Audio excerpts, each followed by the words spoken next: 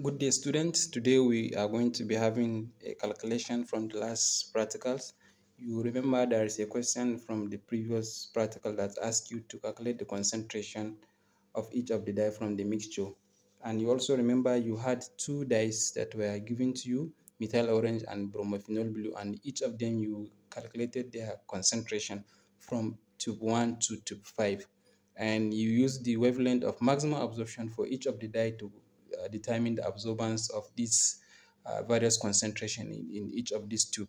So this is a presentable data from let's say from one of the experiments on methyl orange.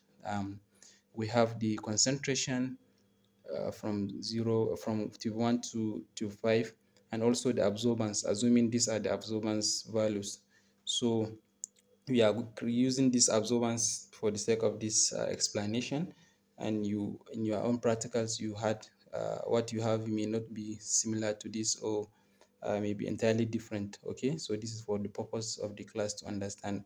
So for you to plot a calibration curve or standard curve, which is a graph of absorbance against concentration, you already have your concentration and you have your absorbance. So what you will be doing, you plot your absorbance on the y-axis and concentration on the x-axis. So I have already done that in Excel, and this is what I have. Okay, so this is my calibration curve.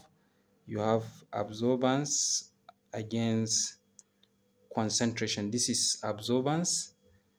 Okay, this is absorbance, and you have the concentration here. So the concentration of the dye is in milligram per mil. So these are my values that I plotted. If I may open this, you can see that 0.01 as against 0.11. So it's already plotted here. Look at it. This is my points. All the points are here. We have 5 points and it passes through 0. So, and what you will be doing, there are two ways to calculate the concentration of the dye from the mixture. Okay, and the first way is to extrapolate from this standard curve. Okay, and the second way is to determine the molar absorptivity from the slope of this graph. So what you will be doing here, basically you will determine the slope of this graph. Okay, so let's see. Okay, let's say this is our graph. Okay, so let's extrapolate. Let's use our ruler here to plot. Okay, something like this.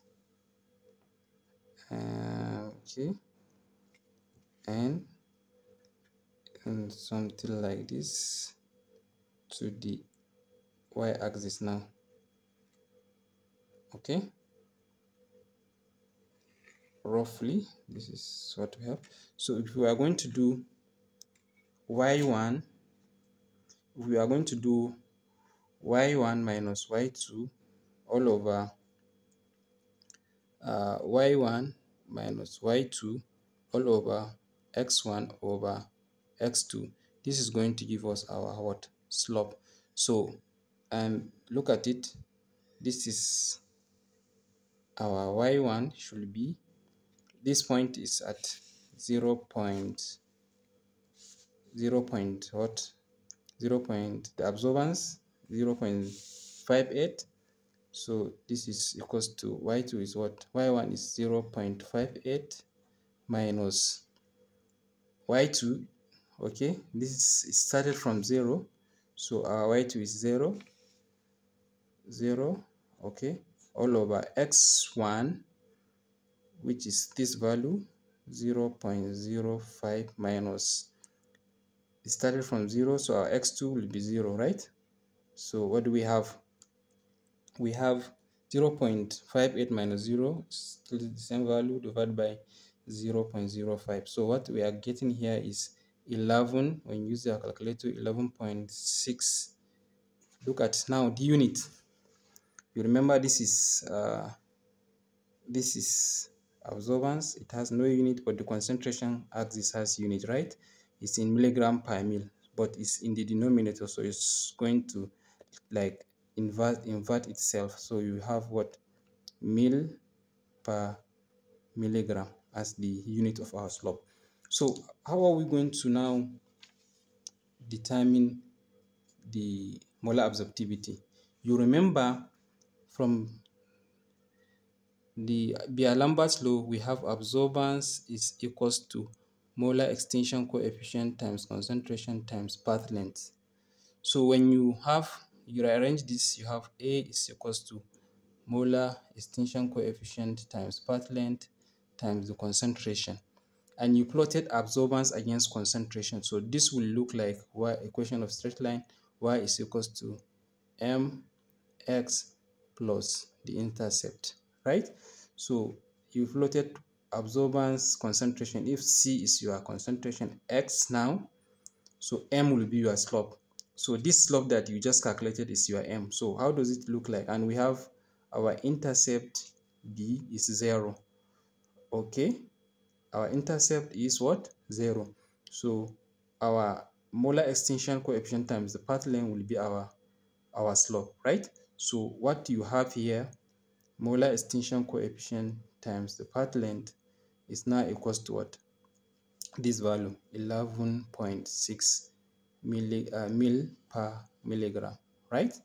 So there is a way. What are you looking for? You want to calculate the molar extinction coefficient, right? And you remember for each for usually for all the experiment you are doing spectrophotometric estimation, you are dealing with 1 centimeter cuvette. So usually this L is 1 centimeter. Okay, your L is what? Is 1 centimeter.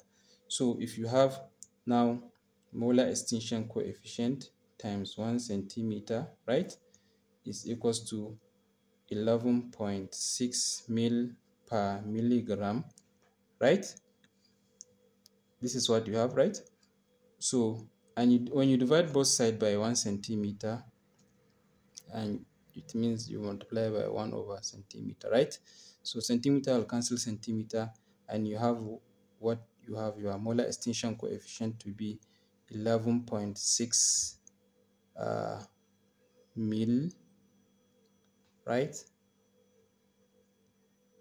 per milligram per centimeter. So this is our molar extinction coefficient. Okay, so you have calculated your molar extinction coefficient. So you can use this formula: absorbance is equals to molar extinction coefficient times concentration times path length to determine the concentration of the dye.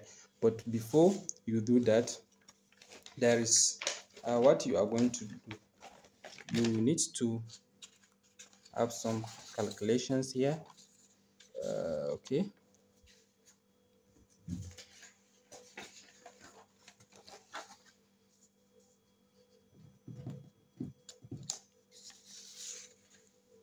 okay,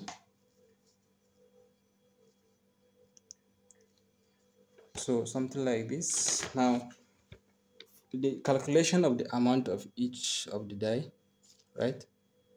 Now